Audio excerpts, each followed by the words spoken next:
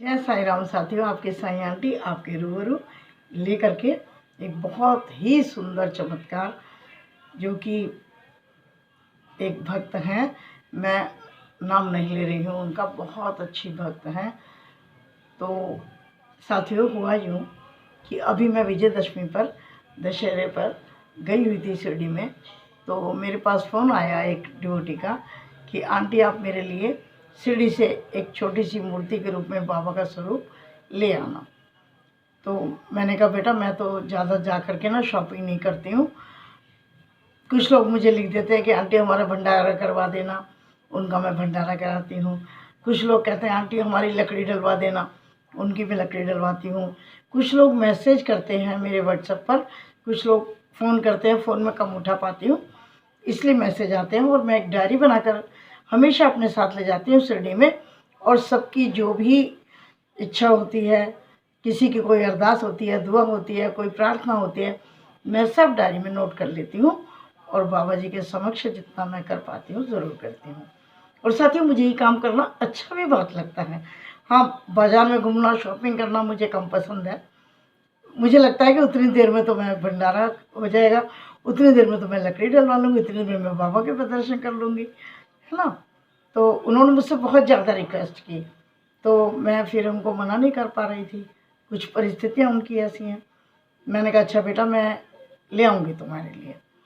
तो साथियों, मैंने एक बाबा जी की छोटी ली और मैंने उस मूर्ति को, छोटी सी जो स्टैचू था बाबा का, उसको मैंने द्वारका माई में उस पत्थर पर बिठाया जहाँ पर बाबा 60 साल बैठे थे। ठीक है, तो वहाँ पर ना साथियों एक नारियल पहले से ही चढ़ा हुआ था। तो जब मैंने बाबा जी को वहाँ पर बिठा करके उस बच्ची के लिए, जो भी उसकी इच्छा थी, उस बच्ची के लिए मैंने अरदास की कि उसको संतान चाहिए थी, तो वो मैंने अरदास की। तो मेरे मन में साईं सच्चरित्र का वो पाठ आ गया, जब श्यामा ने एक महिला के लिए, बच्चे के लिए प्रार्थना की थी ना, संतान के लिए, और कि जैसे नारियल में पानी गुड़ गुड़ गुड़ कर रहा है, ऐसे ही इसके पेट में बच्चा भी गुड़ गुड़ करे। तो बाबा ने हंसकर कहा था ना, कैसे लोग हैं, कहीं नारियल से भी बच्चा पैदा होता है। लेकिन श्यामा ने भी ये कहा और हम भी ये कहते हैं, बाबा आप चाहो सब कुछ हो सकता है। पानी से दिए जल सकते हैं, कुर्बानी मीठा हो सकता है, नारियल से आपने संतान भी दी, है ना। तो मेरे को वो बात याद आ गई वहाँ पर। तो मैंने वहाँ पर जो मेरे साथ कोई थे उनसे मैंने कहा सर ये आप नारियल मुझे दे देंगे? उन्होंने कहा हाँ। तो उन्होंने उठा के मेरे झोले में दे दिया। अब मेरे मन में साथियों ये बात आई कि मूर्ति के साथ मैं नारियल भी घर लेके चलूँ। अब मैं 28 अक्टूबर को घर आ गई साथियों। अब आ गई घर में, तो मैंने अपने मंदिर में रख लिया उस नारियल को। तो तिलक वगैरह करके मैं, जैसे आमतौर पे पूजा होती है, मैं ऐसे मतलब पूजा करती रही, मतलब पूजा स्थान में रखे थे समझ लो। तो जिस दिन अहोई अष्टमी का दिन था, उस दिन मैंने उस नारियल पे तिलक किया और रखा। उसके बाद उस बच्ची का फ़ोन आया कि आंटी मैं तो बहुत दूर रहती हूँ, लेकिन मेरी एक रिलेटिव है जो दिल्ली से आ रही है, आप उसको मेट्रो में कश्मीरी गेट आ कर के आप मेरे को बाबा जी का स्टैचू और ऊदी प्रसाद भेज दीजिए। मैंने कहा ठीक है भेज दूँगी। तो साथियों, मैं अभी शायद 7 या 8 तारीख को गई, मैंने मूर्ति और वो नारियल उस बच्चे को दिया। तो चमत्कार जो मैं अब आ रही हूँ चमत्कार पर, कि उसने मुझे सुबह लिखा, बुधवार को मैंने भेजा था और गुरुवार को सवेरे सवेरे उसको बाबा का स्वरूप और नारियल मिल गया। तो उसने मुझे कॉल किया, aunty thank you very much, आपकी प्रयास से मुझ तक ये नारियल और बाबा पहुंच गए aunty, I am very thankful to you. मैंने कहा कोई बात नहीं, बाबा आना चाहते थे तभी तो आए ना द्वारका माई से। तो साथियों अब चमत्कार सुने आप। उसने मुझे फ़ोटो भेजा नारियल का कि आंटी आंटी एक चमत्कार देखिए, इस नारियल में तो बाबा का स्वरूप नज़र आ रहा है। उसने ऐसे गोल निशान करके वो भेज दिया। तो अभी मैं पहले आपको नारियल दिखाती हूँ, उसके बाद फिर बात करती हूँ आपसे।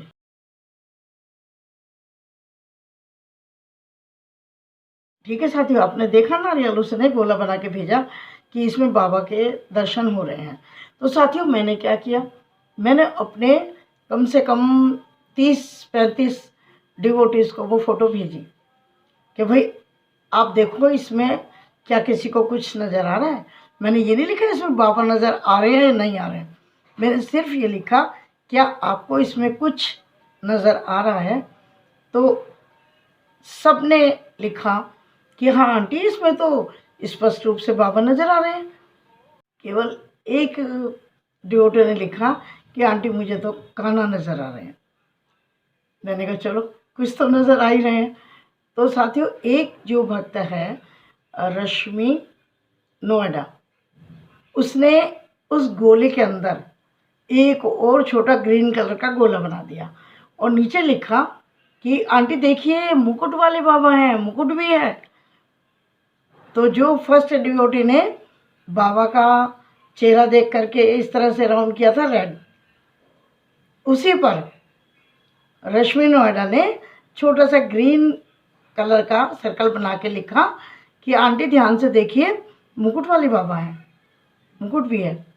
तो कहने का मतलब ये, अभी मैं आपको दिखा रही हूँ वो फ़ोटो भी, कहने का मतलब ये है कि बाबा उस डिवोटी के घर पहुँचे, नारियल में दर्शन दिए उन्होंने, और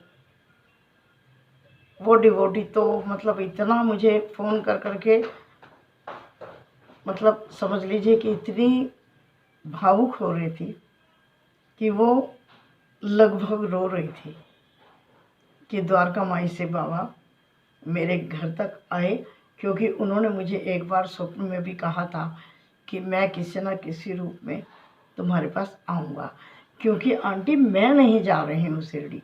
तो मैं बार बार बाबा से कहती हूँ बाबा मैं शिरडी आना चाहती हूँ, कैसे आऊँ, नहीं आ पा रही हूँ। तो आंटी देखिए सच में हम कहते हैं ना कि बाबा भक्तवत्सल हैं, वो भक्तों के हृदय की बात को जानते हैं और भक्तों का कहना वो मान भी जाते हैं। देखिए आपके द्वारा बाबा किस तरह से द्वारका माई से होकर के और मुझ तक पहुँचे हैं। अब मुझे पूरा विश्वास है कि मेरी इतनी बड़ी मनोकामना पूरी हुई है बाबा के आने से, और वो भी मेरी मन की बात ज़रूर पूरी होगी जो अभी मैं नहीं बता रही हूँ, लेकिन मैंने बाबा से प्रार्थना कर ली है। तो मैंने कहा बेटा हम लोग भी तुम्हारे लिए सब प्रार्थना कर रहे हैं। तो साथियों ये बाबा का प्यार है, चमत्कार है, वो दिखा देते हैं कि मैं तुम्हारे साथ हूँ, अनुभूति करा देते हैं। और साथियों आपके साथ भी होता होगा, मेरे साथ भी होता है, छोटे छोटे अनुभव होते हैं जिनसे हमें पता लगता है कि हमारे बाबा हमारे साथ हैं। तो मैं बाबा से यही प्रार्थना करती हूँ, बाबा ऐसी ऐसी खुशियाँ सबके घर में देना, और जिस भक्त के घर आप गए हैं उसकी उस मनोकामना को भी ज़रूर पूर्ण करना जिस भावना से उसने आपको बुलाया है बाबा। और मुझे पूरी आशा है, पूरा विश्वास है कि आप उसकी मनोकामना ज़रूर पूरी करेंगे। तो बिटिया बाबा आपके घर आए, बहुत बहुत मुबारक हो, और दिवाली के मौके पर आए हैं देखिए, और नारियल भी लाए हैं और मूर्ति के रूप में भी आए हैं, और नारियल के अंदर भी दर्शन आपको हुए हैं। बहुत बहुत मुबारक हो बिटिया। और साथियों यदि आपको ये अनुभव अच्छा लगा हो तो आप लाइक एंड शेयर करना, ताकि ज़्यादा से ज़्यादा भक्तों तक ये बात पहुँचे कि बाबा कितने भक्तवत्सल हैं, कितना प्यार करते हैं वो अपने भक्तों से। और किस प्रकार से वो उनकी मनोकामनाएं पूर्ण करते हैं। बाबा ने कहा था ना कि जब तुम मुझे जहाँ याद करोगे मैं हाजिर हो जाऊंगा, तो हो गए ना बाबा हाजिर।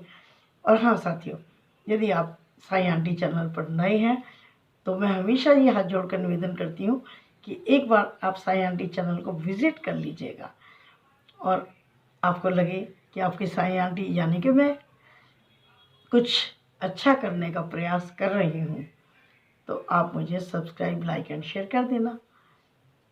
आपका जो मोटिवेशन है वो मुझे बहुत प्रेरणा देता है और उससे मैं आगे और अच्छा करने का प्रयास करती हूँ।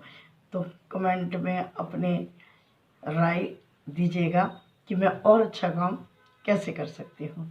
ठीक है, चलती हूँ, बहुत जल्द मिलती हूँ बाबा के किसी अनुभव के साथ, बाबा की किसी चर्चा के साथ या किसी मोटिवेशनल थॉट के साथ। तब तक के लिए आप सबको जय साईं राम, जय साईं राम।